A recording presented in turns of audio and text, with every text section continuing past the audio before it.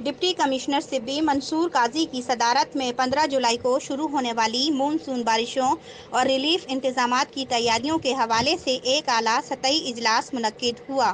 اجلاس میں additional deputy commissioner Sibi Waheed Sharif Umrani, تحصیلدار سبی میر زابر خان ڈومکی، تحصیلدار UT Sana Ullah Khosa, D S P legal Muhammad Younis Khajak, نائب تحصیلدار Sibi Muhammad Iqbal Samoo, XEN M M D Sibi Kriyal Das, S D O B and R Mir Abdul Ghaffar Gashkori, D H O health doctor Manzoor Baloch, divisional director health doctor Ghulam Sarwar Hashmi سمیت مختلف محکموں کے افسران نے شرکت کی۔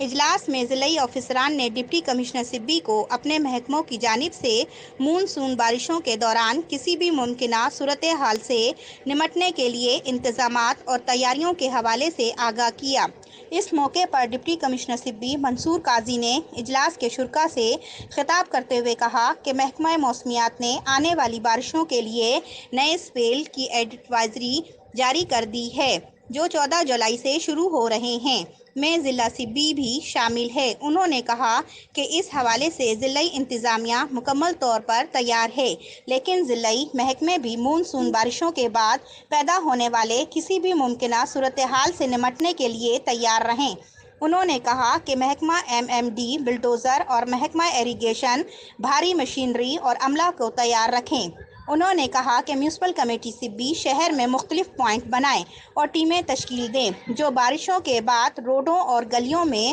کھڑا ہونے والا پانی کو مشینری کے ذریعے نکالیں، تاکہ شہریوں کو کسی بھی قسم کی پریشانی کا سامنا نہ کرنا پڑے، اور نکاسی آب کے نظام کی بحالی کے لیے ہر ممکن اقدامات اٹھائیں اور سیوریج سسٹم کے نظام کی بحالی کو یقینی بنائیں۔ انہوں نے کہا کہ شہر میں صفائی کے صورتحال پر خصوصی توجہ دی جائے۔ شہر میں دکانوں کا کچرا روڈ پر پھینکنے والوں کے خلاف لوکل گورنمنٹ ایکٹ کے تحت کارروائی کی جائے گی۔ گندگی پھیلانے والوں کے خلاف مقدمہ درج کیا جائے گا۔